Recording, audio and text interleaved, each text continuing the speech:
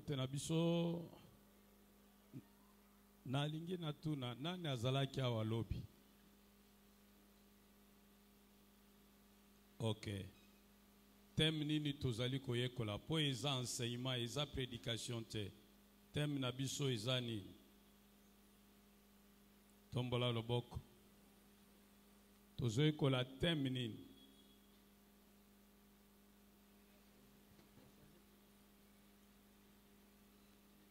Oui, papa.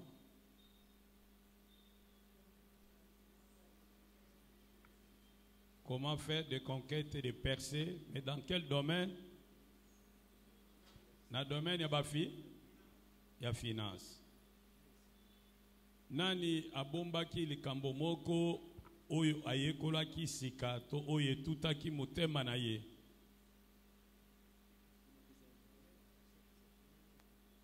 Qu'est-ce que tu as appris de nouveau? Nao tolobaki lobi.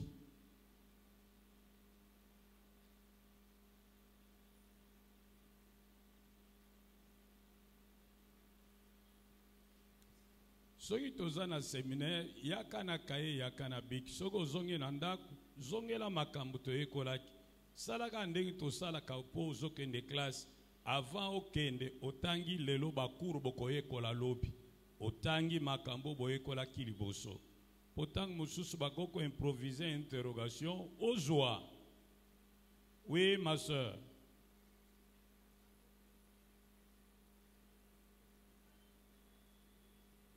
La pauvreté n'est pas une fatalité, elle est réversible. Très bien. Nani musus? Il y a une dimension spirituelle dans makambo etalimbong. Nani musus? Pardon? Dieu n'est pas contre la richesse. Très bien. Nani musus? Oui, maman.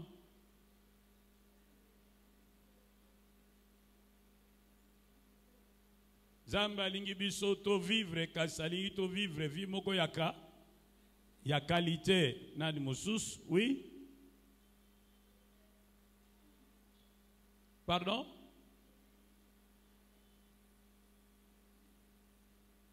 Nazoyo kamala mute maman il faut na kita pona yoka yo bien. J'espère que même Nanda Kolobakaboy.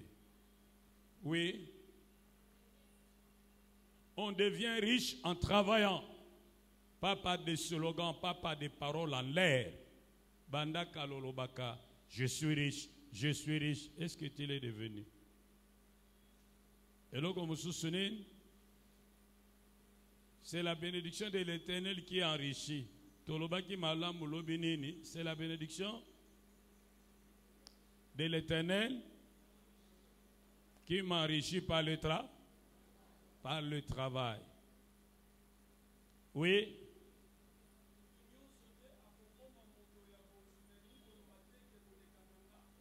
Motonyo sauté à koma motona bozui, mais mon bolango eza yote.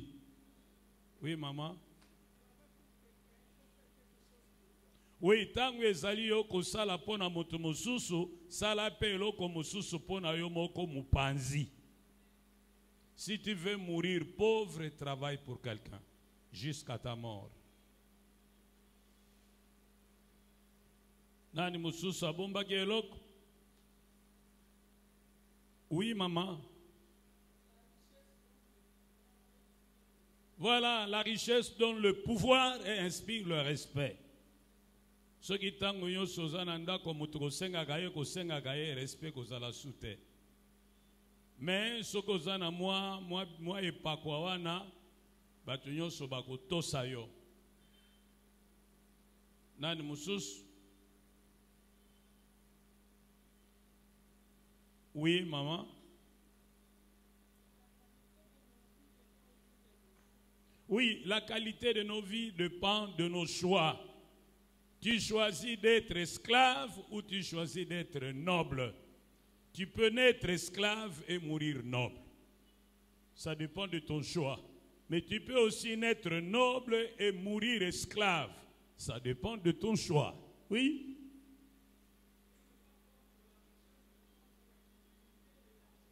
Dieu n'est pas contre la richesse, mais Dieu est contre la cupidité. Zambaza contre batubaza la bomengote, nzokande abuyi batubaza la na lokoso ya mbongo. Oui.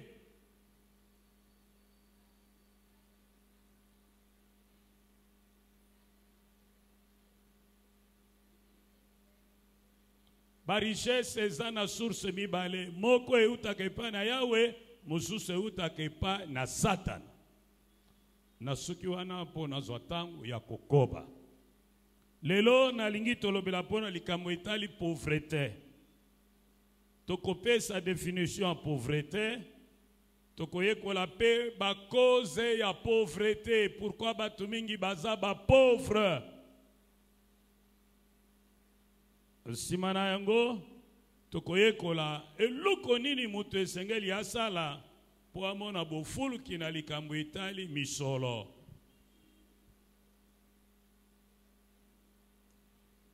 Pauvreté eza concept moko mwa mobulu pona ko définir yango. Lorsque nous considérons la pyramide de Maslow, Maslow nous aide à comprendre que l'homme est un être essentiellement de besoins.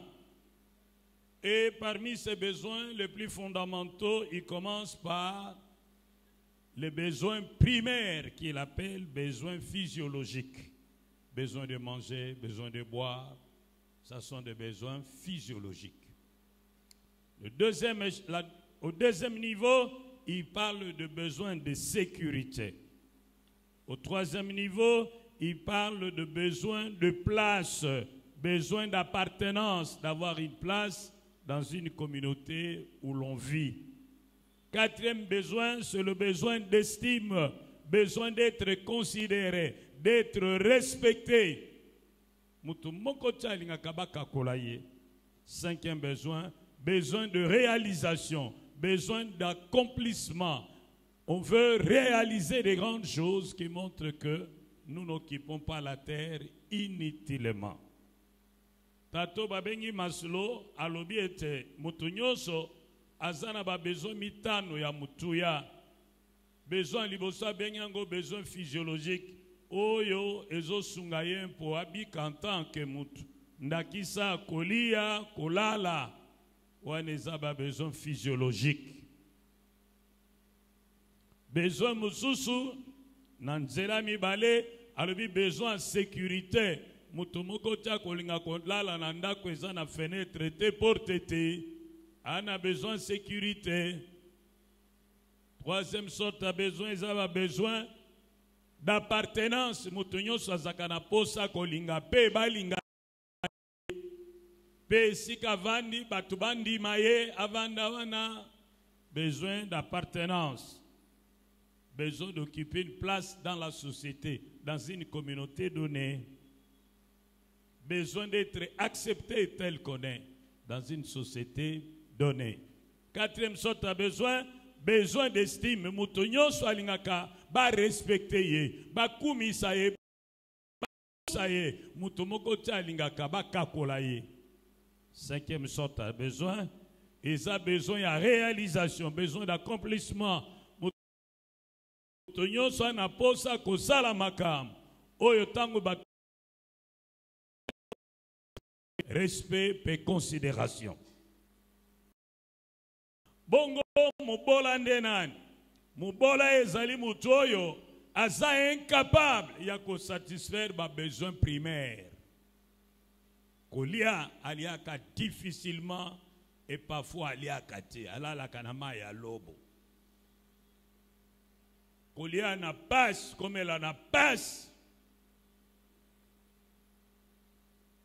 Aza incapable ya kolamba nanda kuna bango. Il faut bagende kosomba madeso ya malewa bazongi nanda mwa fufu ezakaona balambi bale. Non, Nzamba alingi to vivre, mais alingi to vivre une vie de qualité.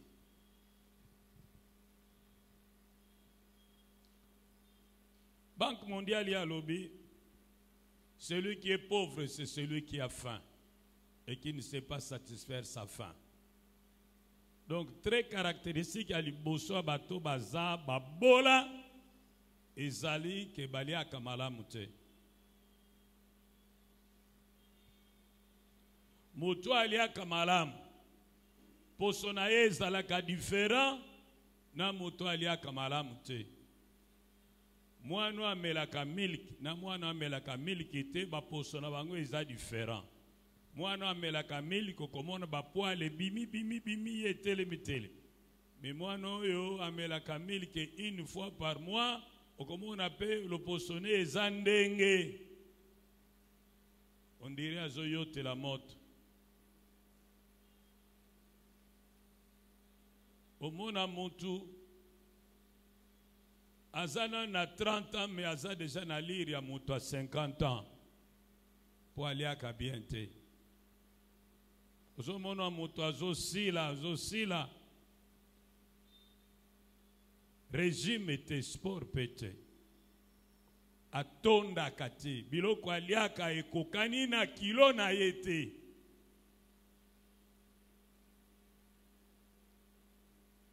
Tulobi malamu, amen. Oh, ngana lingi bozala, loba malamu, amen.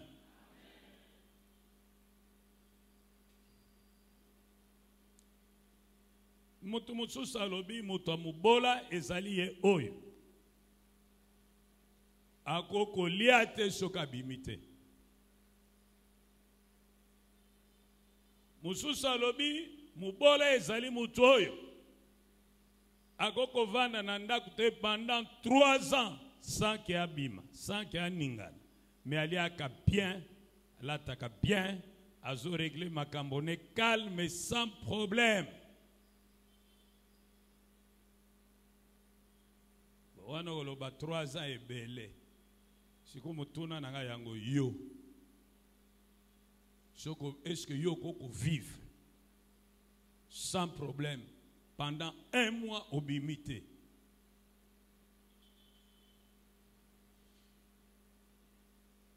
Lobana moningano bobola eza eloko mabe kasi eza libandite. Lobana moningano photo boyango. Nous devons prendre conscience, il y a caractère nocif, il y a pauvreté. Sikawa tolingi koyekola ba cause ya pauvreté. Ba cause ya pauvreté eza ebele, tokoko pesa liste exhaustive te.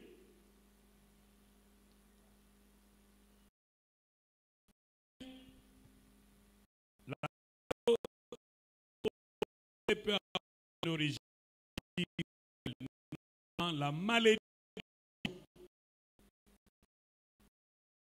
Lorsque vous relire dans Deutéronome 28, vous verrez que quiconque sous la malédiction vivra dans une pauvreté abjecte. La terre fait, les seront des reins. Il souffrira lui. Qu'il entreprendra échouera au bord du succès.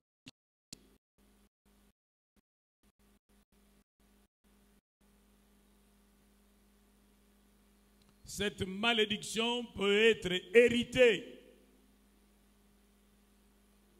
des causes spirituelles, de lois établies, comme on en parle dans un chapitre. On nous parle des 4 cornes qui dispersent et qui empêchent quiconque de soulever sa corne et l'unité. Une autorité spirituelle qui a plafonné tout le monde. A monté à Kolekande, Ezalana Bozui, Ezalana Bokonzi. Alors, quand vous avez affaire à des forces hostiles à votre prospérité, vous pouvez vivre toute votre vie dans la misère. Ok, nous avons en Exode 20 et puis Ézéchiel 16, verset 2. Cause mususa pauvreté et sa paresse. Beaucoup de gens sont pauvres parce qu'ils sont paresseux. Kene kotanga yango na Proverbe 6, versets 6 à 11. Proverbe 6, verset 6 à 11. Mutu aza goigoi, oyo alingi tango nyonso kolala muke, kopema muke, bobola ekokanga ye, lokola polisi ake kokanga muyipi.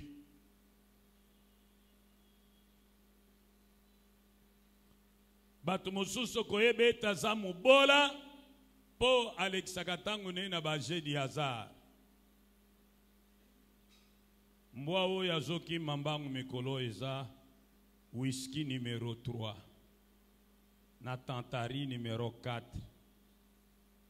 na zingzon numéro 7.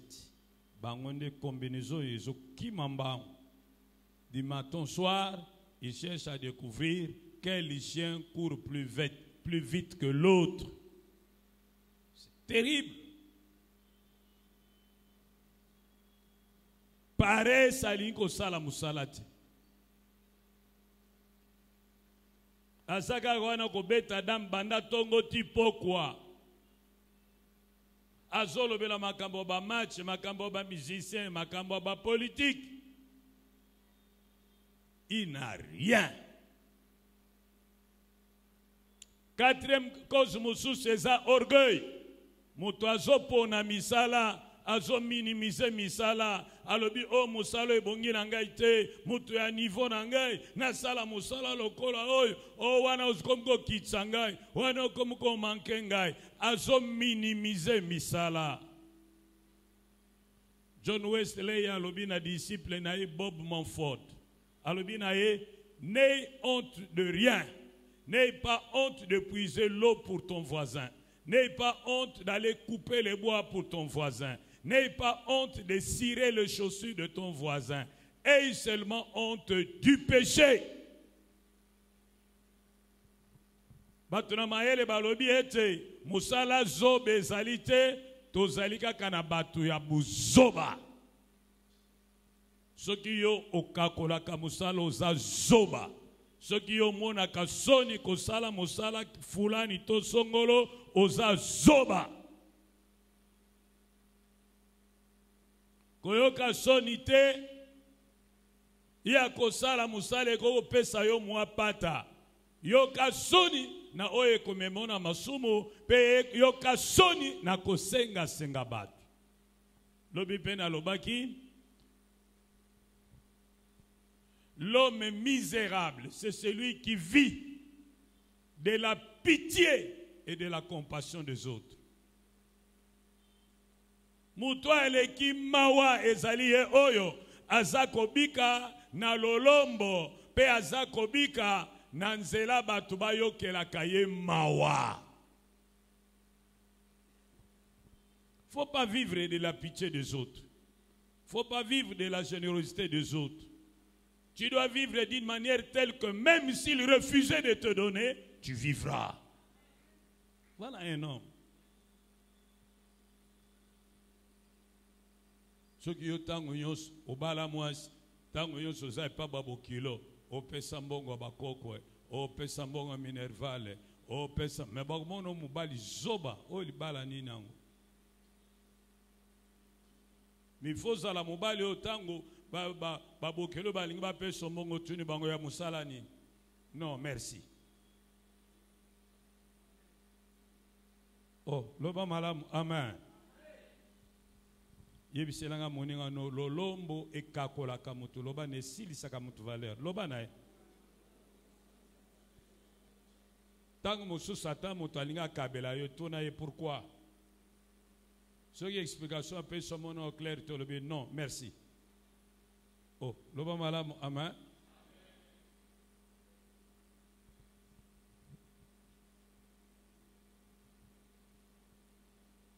Kozala lolendo te ezana misala te baloba oye mwasi asalaka o mobali asalaka misala nyonso mwasi akosala mobali akosala soki nano mosala te kende kozwa abonnement na boulangerie 4h30 oke ozuma pa oye nango. Soki jour na mama nzoto eza malamu te yo moko tambola na quartier mapa yango yo. Oh papa futa lekite yango yo. Eza na bato mosusu bakobenga yo basombaka po bachola yo. Mais tu t'en fous de. Yo l'essentiel le zumbo. Ba mosusu bakobenga yo po ba encourager yo. Oh, on ne pouvait pas s'attendre qu'un papa comme toi non, je fais ça à 3000. Tikala na pitié na yo, j'en ai pas besoin. Moi j'ai besoin de ton âme.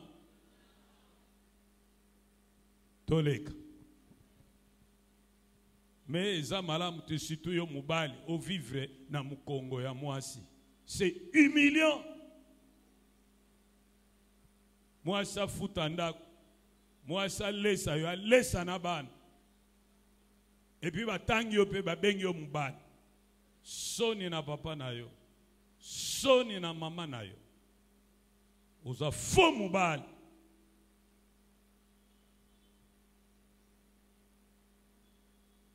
Cause mosusu sa pauvreté et sa pensée négative. Na Proverbe 26 verset 13. Balobi mutuna goigoya alobaka tango nyonso nyoka eza na balabala moyena bimeza te tala lion. Muto aza na ba pensée négative akosala eloko te. Stoko lingo sale oh tika na yo der mambo na sala kango esimba te. Lingo sabe oh tika na yo efutaka te der kinganda sala ngo esimba te. Soki bango basale esimba te yo za bango te. Yo za yo banda. Le reste on verra. Oh, loba malamu, amen. Pourquoi tu parles seulement, tu penses déjà à l'échec alors que tu n'as pas commencé? N'envisage pas l'échec, sois positif. Avance, ça marchera. Cause Moussoussa échec, bah mauvais conseiller. Ok, nous avons psaume 1 et puis psaume 15, 22.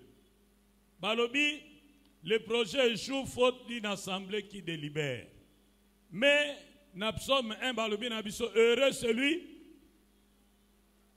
celui qui ne marche pas selon les conseils des méchants.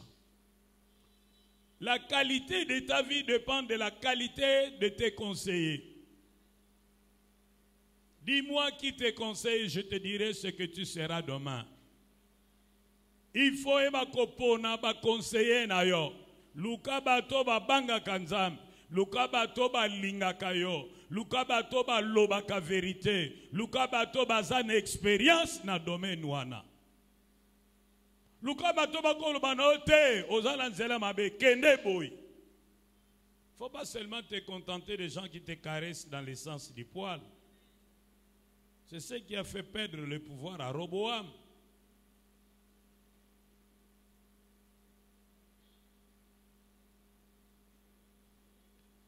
Tolobi malam, amen. Na domaine à faire, Luka Mouto a si à ça l'affaire a réussi ça. Kene otuna etoli. Il y a ça là ba faire te. Ozo no tuna etoli ya makambo ba faire. Alobanoni. Na lingi toloba malam, amen. Cause mosusu il y a bobola ya batu mingi. Manque à persévérance na musala zosal. Proverbe 18, verset 9. Celui qui se relâche de son travail est frère de celui qui détruit. Batu mingi ba échoué na vie na bango, pe bazo kufa ba bola po bazalaki na mulende te, bazaki na mbamba te.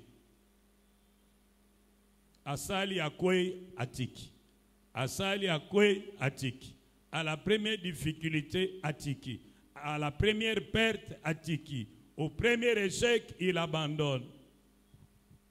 Laissez-moi vous dire que ceux qui gagnent n'abandonnent jamais. Et ceux qui abandonnent ne gagnent jamais. Yepsilanga moningano. Zongela eloba nae. Ceux qui gagnent n'abandonnent jamais. Et ceux qui abandonnent ne gagnent jamais. Fozala mbamba, fozala mulende. Na vie, on n'est pas créé seulement pour réussir, réussir, réussir. On peut aussi échouer. Yesu tango zome maikuruze na eba lobi na biso akweyaki. Ti Simon de Sirène aya kosunga ye. Eza pona koloba na biso ete ba faiblesse koko ya na nzele zo memo na objectif na yo mekoti kate zala mbamba. Yebisa muninga na zala mbamba lokola mbembe. Loba ne?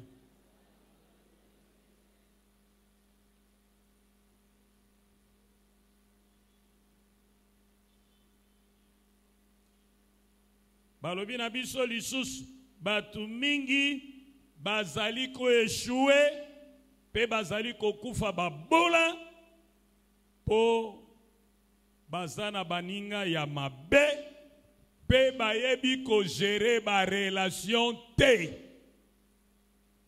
Si tu as de mauvais amis et tu ne sais pas gérer tes relations avec les autres, tu es un candidat à l'échec et tu risques de mourir pauvre. Proverbe 13, verset 20. Balobi na biso, celui qui marche avec les stupides devient stupide. Oyatambola kana ba zoba yepa koma zoba. Na Proverbe 27, verset 17, balobi na biso, muninga malamu azakana souci a kotindika yo okende liboso. Kasoko yo yebi kopona baninga te. Wana problème. Balobi na biso, ne vous y trompez pas. Les mauvaises compagnies corrompent les bonnes mœurs. Même na classe, yo moi na classe kozala camarade ya zoba te. Po bana olekisaka tango ko explica kai. Yo luka moto aleki yo mayele. Comme ça tango je expliquer zo baksana mayele na yo, lobi bokokani.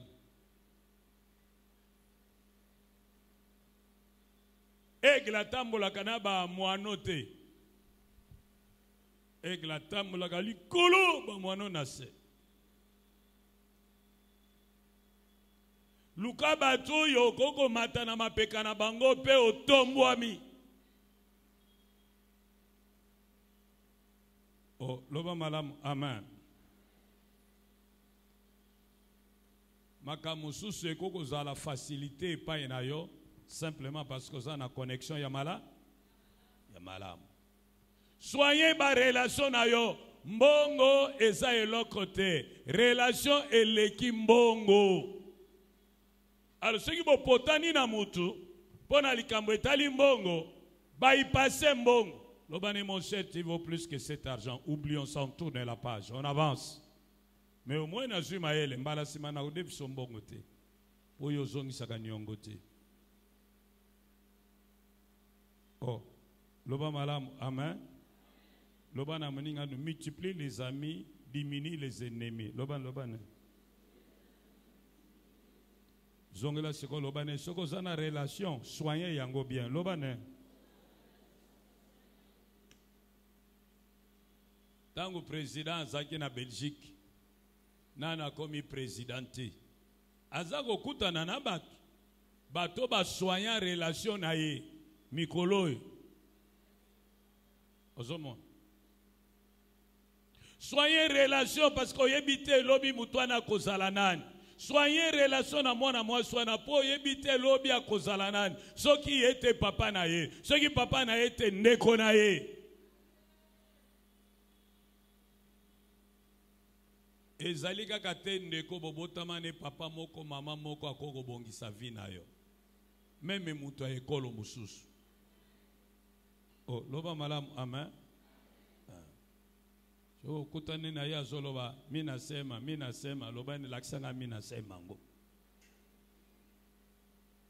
Izato bano finga ye bino baswahili lulendo ceux qui boteki or kuna boye bosomba mapang bon ye mutapeki sio yo pekende ko lokati mais ça n'est bien mon comme ça le bano zo souffrir to gende na no lakisa yo oh loba malamu amen oui balobi na biso na Romains 12 verset 18 autant que cela dépend de vous soyez en paix avec tout le monde sala nyonso yoko kosala posa la relation malamu na mutu nyonso ata mutu aza na caractère difficile parce que oyebite lobi akozala na nani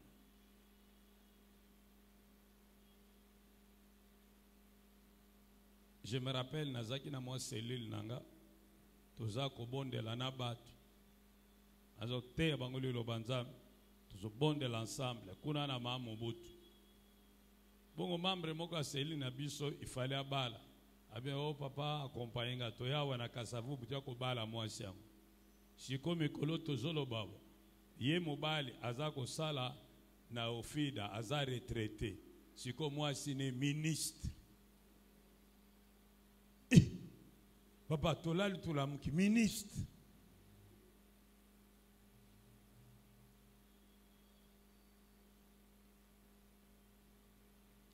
lobana muninga no talanga malamu peso ko yene église pesaka moto pesaka nga mbota bien parce que yebite lobi na kozala na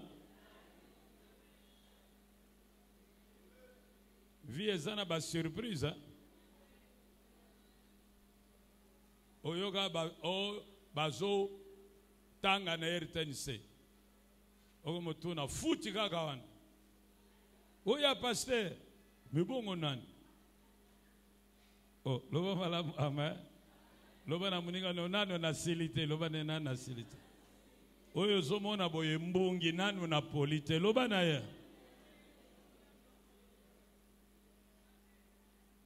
na lingi to loba malamu amen vie eza ndenge biso zaki na CP na biso na IPC CP Moïse Gwema anali kuku mais tant que silisi zamba sali makamu na ye akomi directeur à cabinet ya SCC mukonzi munene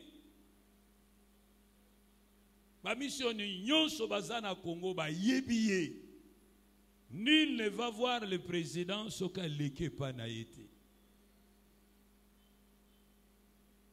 bon siko soki biso tant que tozaki na classe to swanaka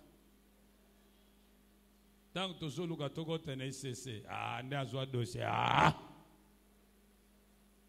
mais lokola pe toza bayaya moko respectable to respectaka baleki kobenga ye pasteur Moïse avie kulutu dans la relation et le kimbongo lobana muninga na yo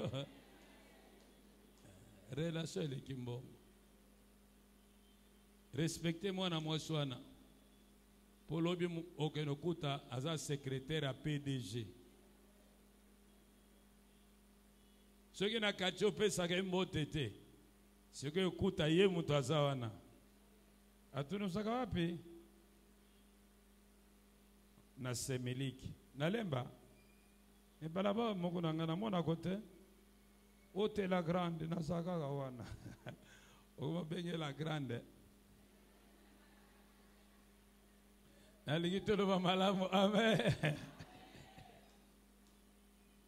ko négliger mutute yo professeur ozotangisa garder ba relation qui toko na bana classe na yo parce que oyebite lobi bakozala banani pona nini batu mingi baza babola batu mingi baza babola po bazo négliger nzambe pe ba principe nzamba tia pona komema bofuluki parce qu'il néglige Dieu et les principes divins qui déclenchent la prospérité. Il néglige Dieu, il ne donne rien à Dieu, il néglige les offrandes, il néglige les dîmes, il néglige toutes sortes de sacrifices en rapport avec l'argent.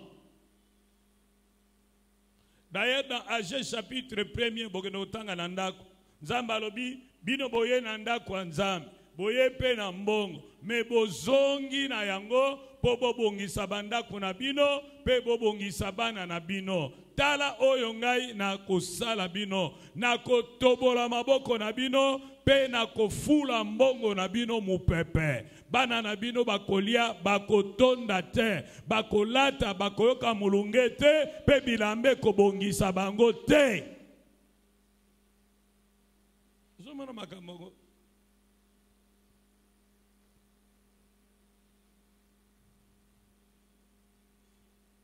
Nalingi toloba malamu amen.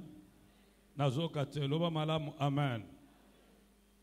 Zambe soke a pambolio azozela pe quelque chose en retour.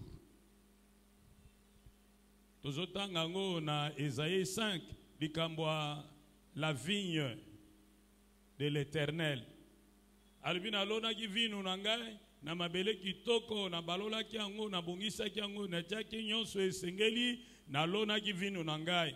Pe na clôturaki yango na clôture ya nzube nzube. Na kanisa ki ete sima na tango soki na ye na kozwa. Kasi tala na ye na zuelo kote na za desi. Bongo nzamba lobi. Boyoka makambo na kosala na vinyu na ngai. Na kolongo la clôture oyo ebatela kayango. Na tine ete batubale kinzela ba niata yango. Zambe mutu abatelaka musala na yo. Melokola ya abatelaka musala na yo, azana bezo kanisela ya en retour. Sinon, moi sécurité wana tiela yo akolongolango. Bato baluka kayo bazwaka yo te bakoluka yo bakozwa na pete. Oh, loba malam amen. Eloko mususu ezo salete. Batu mingi bazako kufa na bobola po bazangi makambo mibale. Humilité pe sens ya épargne. Mutu aza humble abika kate au-dessus ya ba moyen na ye. Mutu wana aza mutu moka aza modeste. Alukaka makambo eleki e niveau te. Ase komplikaka la vie te. Azamuto alukaka ba téléphone ya $1000 te. Ye ata ya 150, tout va bien. Pourvu que abenga pe ya joie. Alingaka nyongo te. Epa inaye atali fufu atali mai. Soka moni fufu eza muke akitisi quantité ya mai. Bakongo nani bangala balobi soso amelaka eloko kokina na mongongo na ye. Il préfère vivre en dessous de ce qu'il gagne pour sauver quelque chose. Aliaka nyonso te, aliaka ndambo abumba kandambo. Azana sens ya épargne. Ayebi ke lelo akokozwa lobi akozanga. Mutu soki azangi humilité akolinga ko vivre au-dessus ba moyen na ye. Mutu soki azangi humilité akolinga ko koma nzambe ya famille na ye. Yesu alobi, venez à moi vous tous qui êtes fatigués et chargés, je vous donnerai du Mutu azana mapeka ya minene pona komema mikumba batu nyonso. Kombo na ye nani? Yesu. Komema mikumba ya batu nyonso te. Au nom de la solidarité africaine et oko kufa mubola. Solidarité africaine ya kala yango nde ezaka bien. Bino nyonso mboka mobimba boke kata bilanga Mathieu lelo. Lobi boke kata bilanga ya Joseph. Mokolo kona boke kata bilanga ya André. Lokola tokati bilanga ensemble. Toloni ensemble. C'est normal que tango ekobima tolia ensemble. Mais comme il y a ba famille mingi mutu moko kaka salaka. Bamso ba salaka na bango te. Mais ceux qui sont sans écoquille, bangonio se mutu na problème nae. Et paie sa contribution. Vous êtes obligé de résoudre le problème, c'est de A à Z. Ceux qui ont l'obaki déjà que oyo na tient compte bloqué eza épargne, salela na etikali. Ceux qui sili. Wana kosimba te. Oh, loba malamu amen. Les parents doivent apprendre à leurs enfants à épargner dès le bas âge. Ce que ça na moi na commis déjà na primaire, to na secondaire, pesa ye mbongo na ye ya poso mobimba. Bongo lobana il faut épargner. Ce que beaucoup mis dimanche pour pesa sous mbongo ya poso elandi, otuni, oyo mutu na mutu yo obombaki combien? Onga nyonso esilaki. Yo combien? Onga na bombaki 10 000. Yo combien? Nyonso esilaki. Mutu na mutu aya na oyo abombaki. Mutu na mutu aya na mbongo na oyo abombaki te. Pese kaka argent de poche lokola poche eleki. Mutu abombaki baki selaye. Oh, loba malamu amen. Nazo kote loba malamu amen. Pose à la sûre qui a bomba qui comment ba numéro ba billet au pesa qui mutu na mutu. Pour ceux qui ont budget, on est bisa moni moni nga depsanga parce que le logo les dimanche papa ko tuna na bomba qui comme ça na sauvé face. Yo tchaki ba numéro. Tango ya pesa mbongo ngo bomba qui a pesa. Et kokanite na numéro nanga. Au commis une infraction pour bouquer le coup. Aux oifim, on a la bonne. 8 ans, aux oifs de combien? 16. Là. Oh, l'homme malam, amen. Le bingana za bizarre. Te. Ba boti bazana responsabilité à quoi inculquer ba valeur na bana na bango. Oye ko sunga bango lobi ko sala ba vrai mibali ba vrai basi. Tolobi malamu amen. Nazo kote loba malamu amen. Maintenant, comment faire les percer dans le domaine yambong?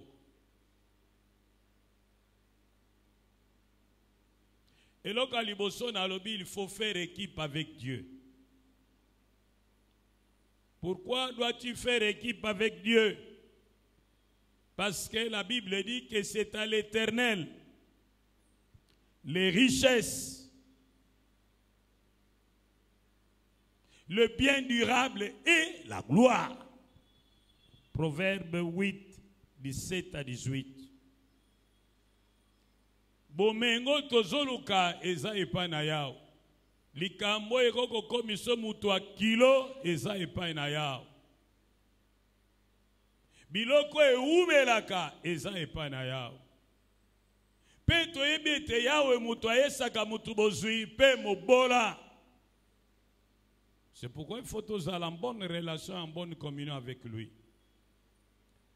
Ezana biloko oyo yo okoko contrôler te.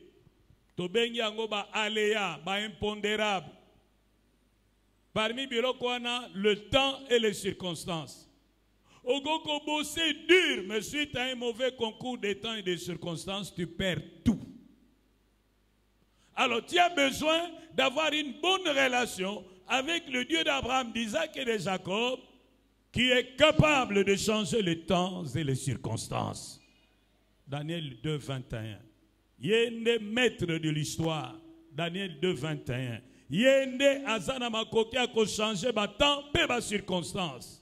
Romains 8, 28. Soki ozali molinga mina ye, nzambe a ko changer ba temps pe ba circonstances en ta faveur.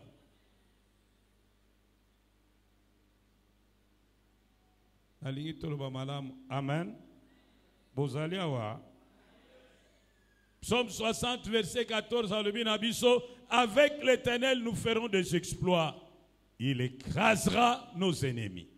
Ozana besoin ya kozala na relation malamu na Nzambe po ezana ba ennemi ozana ba ennemi oyo yebite dans l'ombre o batelemela kobongana yo mutu azana makoki nyata bango pe kotia bango hors d'état de nuire eza bobele Nzambe na Abraham, Isaac pe Jacob. Oh, loba malamu amen. Deuxième conseil. Ceux qui vraiment olingi kolongwana bobola peut expérimenter prospérité financière, il faut le kaba délivrer yo. Ba délivrer yo na makambo etali libabe, ba délivrer yo na ba lien, na ba blocage, na ba limite, na ba loi établie. Kobo sanate likamuna lobi qu'il y a une dimension spirituelle derrière la richesse.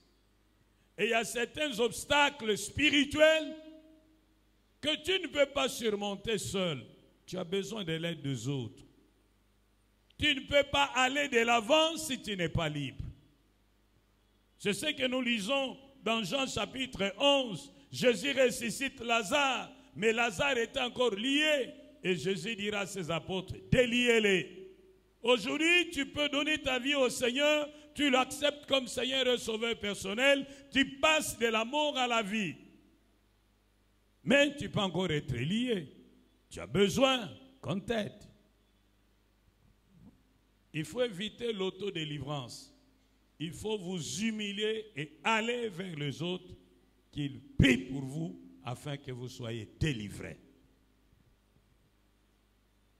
Oui, si tu n'es pas libre, tu ne peux pas aller loin.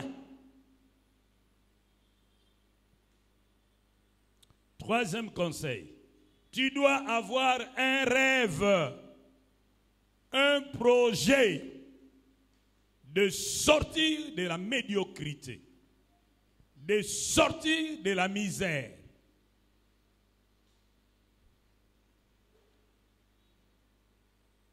Tu n'as pas tort, parce que tu es né d'une famille pauvre. Mais tu as tort si tu mourais pauvre.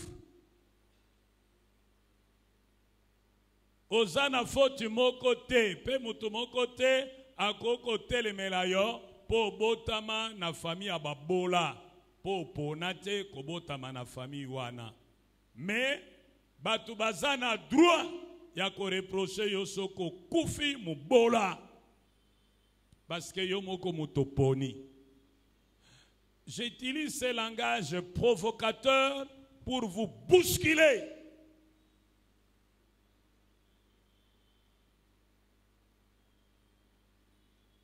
Oui, parce que tu as choisi de ne pas chercher les principes divins au la Bible pour sortir de la médiocrité financière. Ou alors tu les connais, mais tu ne les as pas mis en application. Il faut mokolona mokolo. O boya bobora papa na yo pe mama na yo. Pe o mitu na nzambe na sala nini po na longwa na via modelo yo.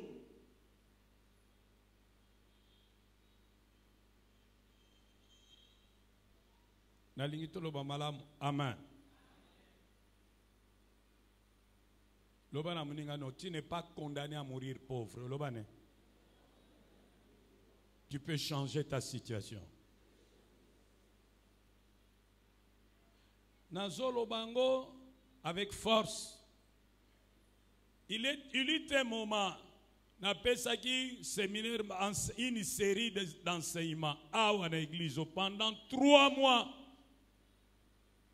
Naza côté yawa comment surmonter la pauvreté en créant une entreprise familiale. J'ai tout dit. Un jour, le professeur Boabo est venu me voir pour me dire, pasteur, merci. Le travail que tu as fait, c'est en principe nous, la NAPI, qui devrions le faire. Mais je suis reconnaissant parce que tu l'as très bien fait. Espérons que le peuple de Dieu va mettre ses enseignements en pratique. Si je posais la question, combien ont créé leurs petites activités génératrices de revenus? Vous serez surpris autant que moi.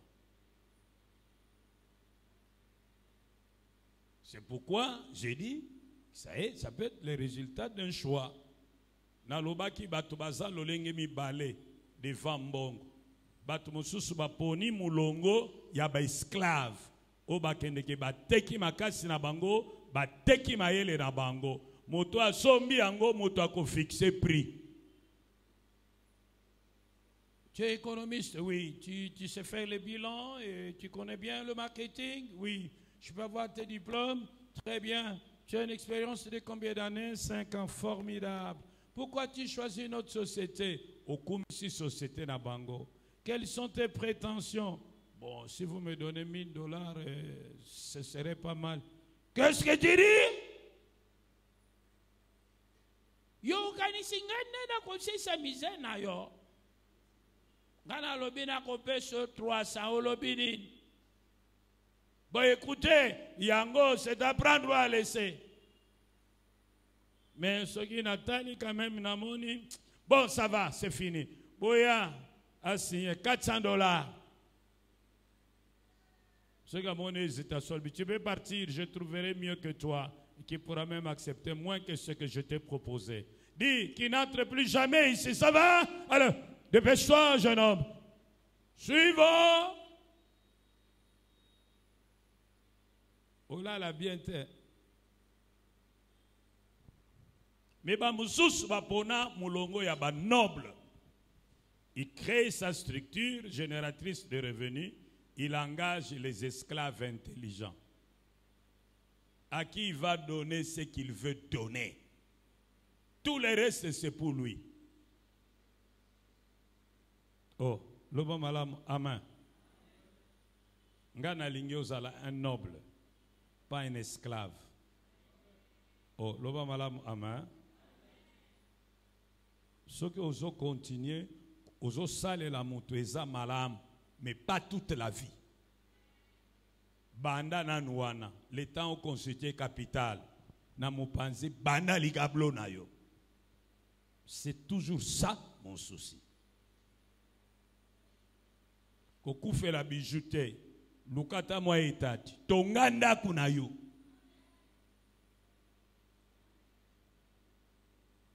Ba mususu kaka bijou. Basi ya mayele mususu ba somba ba appartement na ville.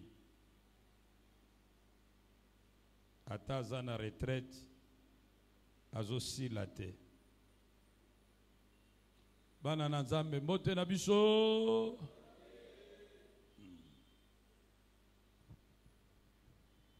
Ngai pona likambo nzamba kosambisa ngate. Pona yebisaka bino nyonso. Tu dois avoir un rêve. Qu'est-ce que tu rêves de devenir demain? Qu'est-ce que tu comptes devenir demain? Dans quel domaine? Wanande objectif nayo. Quelle stratégie comptes-tu mettre en place pour atteindre cet objectif? Que comptes-tu faire pour atteindre, pour arriver à ton but? Troisième chose, tu commences quand? Quelle activité qui doit commencer à quelle période, se terminer à quelle période, ça va être combien? Nous sommes en salle planification. Na rêve na yo ozana objectif. Na rêve na yo ozana stratégie. Na rêve na yo ozana planning d'activité. Bongo objectif na yo, il faut répondre na ba critère oyo. L'objectif doit être mort. Il doit être mesurable. Il doit être observable. Il doit être réalisable. Il doit être limité dans le temps. Très important. D'ailleurs, tozana nous les aussi là. Zala un objectif.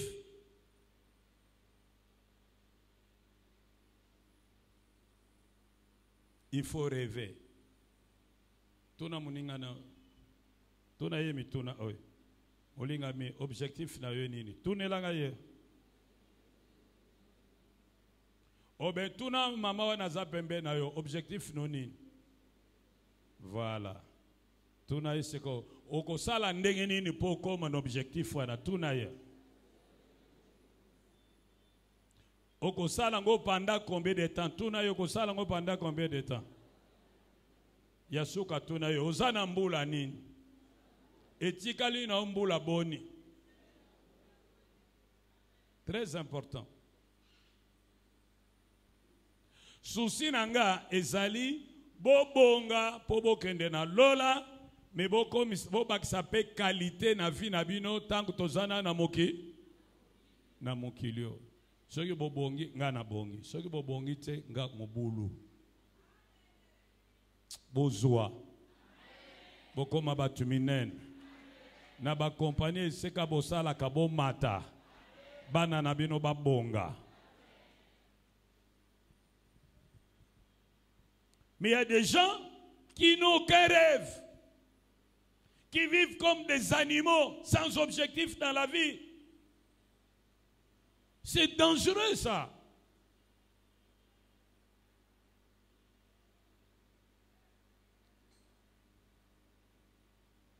Quatrième conseil. Mi pesa na objectif na yo. Mi pesa pour rêve na yo et comme réalité.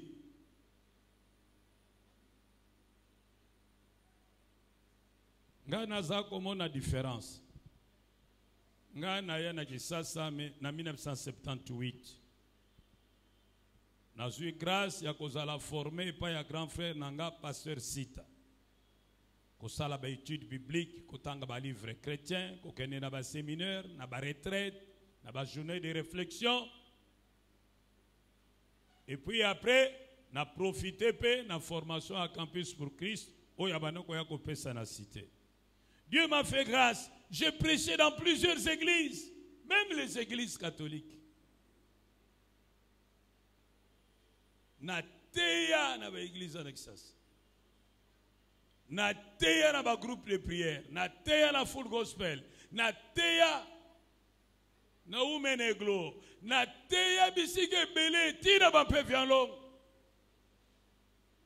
Parce que le principe nanga ezali l'évangile sans frontières. Ce que fungoli porte au benginga na koti na tout évangile normal. Oh, loba malam amen. Na te na ba église à mission. Na te ya n'esplanade, na te bisike belé. Mais si ko soki na comparé tant oyo na zalaki na activisme wana na tant oyo na vandi na église, différence est totale.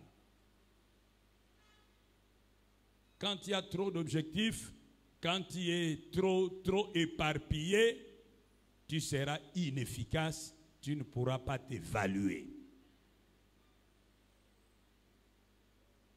Zala concentré. Soko lona ka pilipili, tikala na pilipili. Pilipili. Otie boule de feu, otie cayenne, otie bec d'oiseau. Yo spécialiste à pilipili. Oko maîtriser. Oh, loba malam amen. Soko boko la ka soso concentré na soso. Obak saka nombre, tu okoma na 50 000. Ceux qui osent concentrer na bandak, tikalaka na bandak, tonga bandak, tiens un étage pour sauver parcelle. Tiens ba étage, tiens ba appartement jumelé. Concentré aux années école, fungu l'école primaire, fungula mi balé, tikala noga na primaire, post secondaire, ba professeur rebelle, matata mingi. Zanaga na enseignant moko primaire.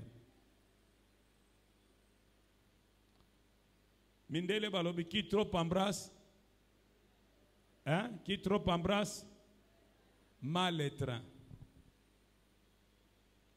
Qu'on s'éparpille, zala concentré. Je me connais na bureau, il y a papa Jacques Vernon, que son âme repose en paix. Abinga, jeune homme, tu sais, lorsque j'ai commencé avec ces ministères, je fais 10 ans, je ne suis jamais sorti d'ici. En semaine et le dimanche, je prêchais moi-même. Et le résultat est là. À ça, là, 10 ans, à Bimati. À ça, la paroisse naï. Il y a côté à la semaine, il y a côté dimanche. cher nae a pesa mutute. Mais alobi nanga après 10 ans, tu vois le résultat. Ah bien, tu es appelé au ministère de la parole, mon jeune homme.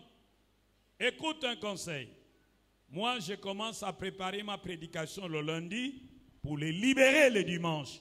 Je parle d'une manière telle que celui qui m'a entendu une fois ait le désir de rentrer m'écouter une deuxième fois.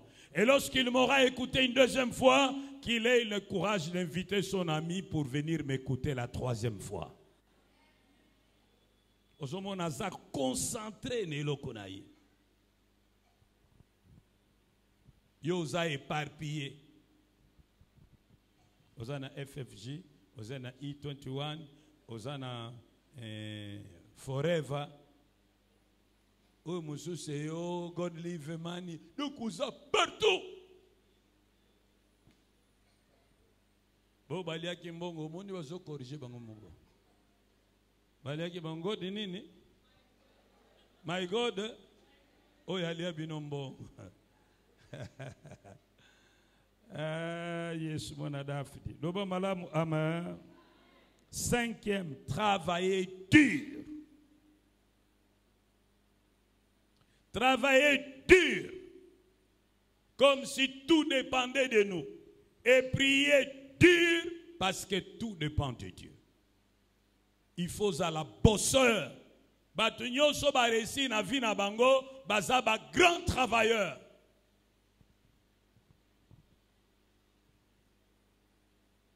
Matthieu 25, 18. Boyebili kamba parabole ba talent. Mususwana ke kobomba, baninga ba ke ko fructifier. Tu dois travailler dur pour gagner de l'argent. Tu dois travailler dur et tu dois te discipliner pour épargner un peu d'argent.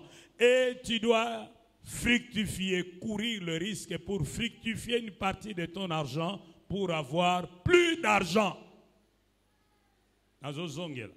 Il faut ça là. Nandenya li se quitte. Yami bale tango zuimbongo. Lia bombandam.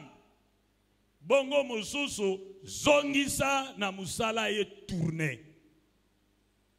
Sala mitambo ebele po ebite mutambo nini ye kozwa nyama.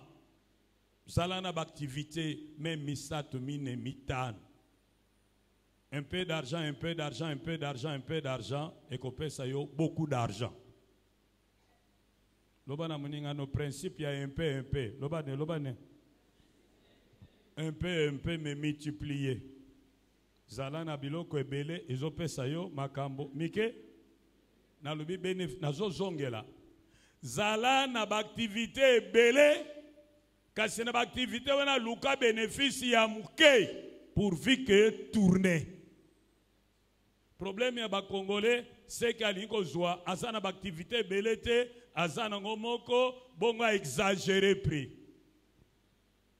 Alors quand on exagère prix et côté comme paye difficilement ce côté qui moi muke olé ce côté qui moi muke olé tango marchandise aussi là otikali maboko pam mais ce qui est un bénéfice à muke batu bakoela kosomba vitesse à rotation nombre de pièces vendues plus multiplié par un petit bénéfice va te donner quelque chose.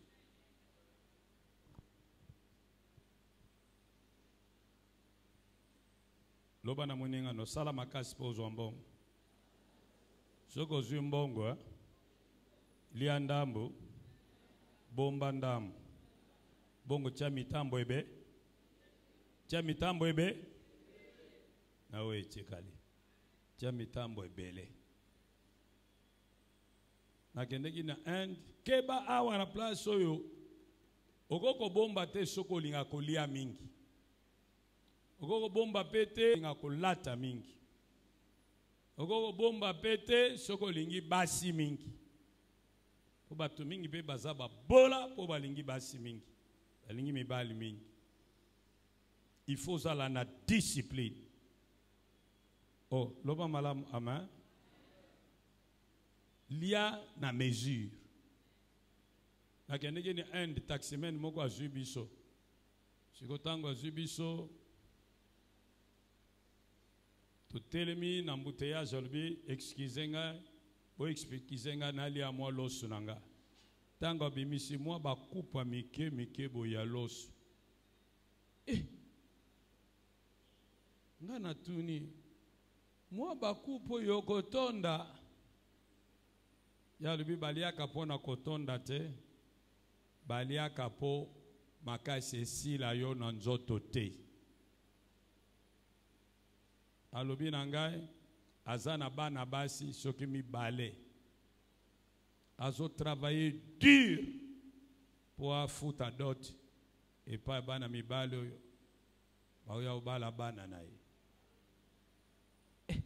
nabi ngai naza na bana basi nanga mpe mibale doso nazaka koto oyo fallait na bosser dur tala ndenge yo salaka boye poso mbongo dot kuna eza papa ya mwana mwasi akopesa mwana mobali dot alors pour atteindre l'objectif il faut serrer ceinture. L'obana mwenenga travail dur. Épargne toujours. Multiplie tes investissements. Amen. Nazo côté. Loba malamu. Amen. 6e conseil.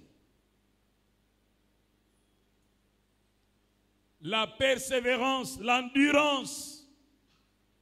1 Pierre 4, verset 1, Alobi Nabisos, armez-vous de la pensée de souffrir. Pour atteindre un grand objectif, il faut à la prière à sacrifice.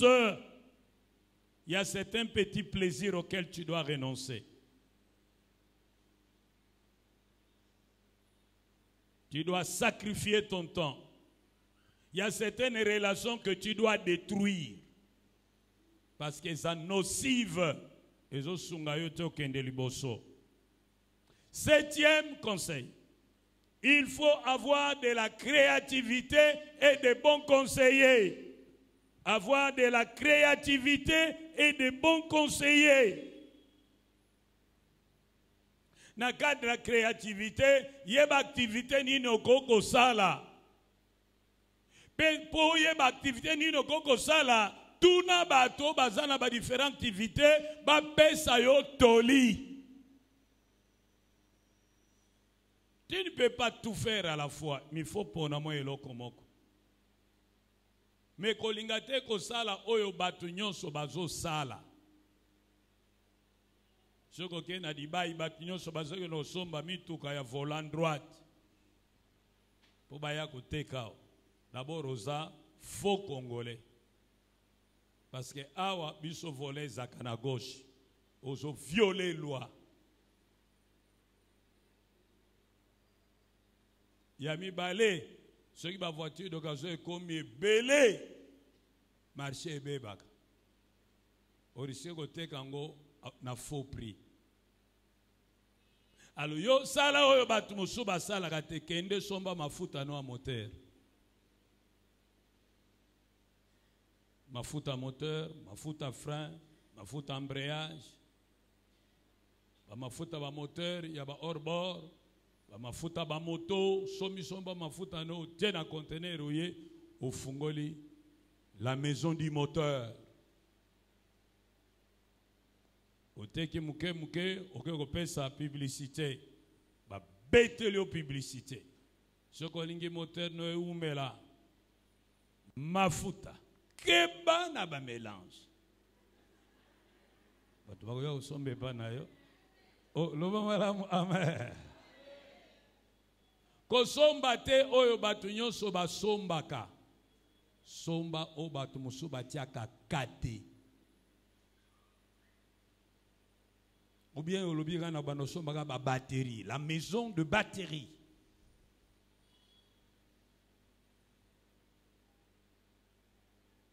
Tala na marché, besoin ezani.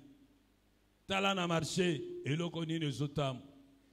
Tala mo capital ozana ngoko bandela wapi banda. Oh bozali awa nazo kote bozali awa tang mosusu pe luka ba conseiller ezana batu mosusu azana ba idée ya bien mais azana mbongo te et kende solo la na ya kopesa idée ya bien o réalisango soki efuti ozongi olobi mon cher idée pesanga penza ça va joie moi oi. Les idées c'est de l'argent. Mutu mosusu pesa idée lobi a komi une voix yo tchakalika bongo.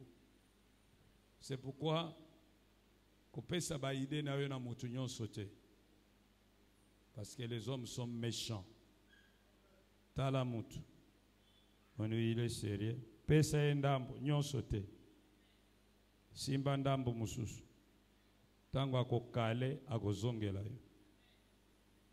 Oh, loba malamu ama. Tokomi na 8e conseil, savoir prendre des risques. Il ne faut pas négliger les faibles commencements. Il faut commencer petit mais penser grand. Il ne faut pas réfléchir en fonction de ce qu'on n'a pas. Il faut réfléchir en fonction de ce qu'on a.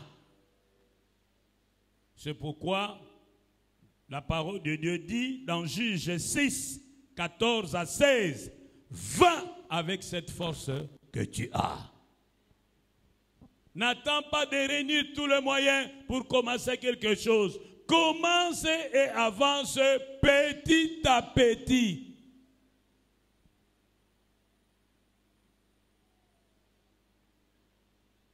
Neuvième conseil. Vous devez apprendre à vous sacrifier pour s'aimer la joie dans le cœur de Dieu et dans le cœur des hommes.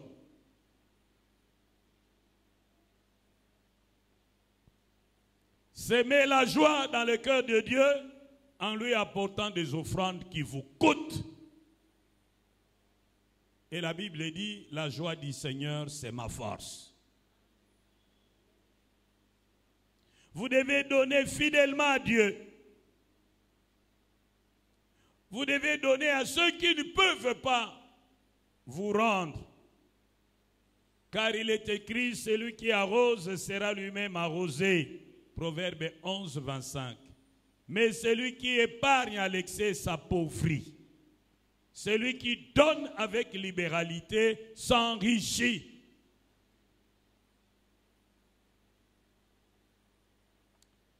Dixième et dernier conseil. La sanctification. Nous voyons dans la Bible quelqu'un qui a été enrichi par Dieu, Job. Et lorsque nous analysons les secrets de prospérité de Job, nous découvrons quelque chose de formidable. Job craignait Dieu. Celui qui craint Dieu s'éloigne du mal, s'éloigne du péché. Job aimait Dieu. Il présentait à Dieu des offrandes, des holocaustes de grande valeur. Job aimait les prochains, surtout les veuves, les orphelins, les démunis et les étrangers. Et il était leur appui. Vous voyez? Si vous et moi pouvons suivre l'exemple de Job, il n'y avait pas que ça. Job était un grand travailleur, un grand bosseur. Il avait son entreprise. Nazozongela. Job azalaki mutu na bozwi. Koleka batu nyonso ya kote na bango. Bongo, tangu totali na bokebi bomoi na yobo, tokomona ete azalaki mutu na bozwi po ayebaki nzambe. Azalaki mutu na bozwi pe azako banga nzambe. Azalaki mutu na bozwi pe alingaki musala. Azalaki mutu na bozwi pe azako kabela nzambe ya mutuya. Azalaki mutu na bozwi pe azalaki kosunga bato bakelela lolenge ba veuve ba orphelin pe ba étranger. Soki yo nangai tokolanda yobo biso pe toko sala la même expérience. Oh, loba malam amen. Ayebaki nzambe. azako banga nzambe na koboyaka masumu, azako linga nzambe na kokabela kaye ya mutuya, azako linga baninga ne bato situ babola na kosunga kabango.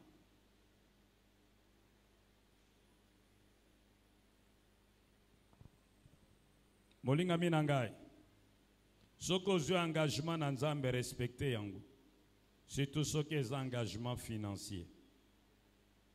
C'est pourquoi, poko kobika na sanctification, kondimate kosangisa mbongo na yo na mutu nyonso, po yebite azweli mbongo na ye ndenge ne. Tuna nzambe avant osangisa mbongo na mutu mususu. Tika nzambe apambola liloba na ye.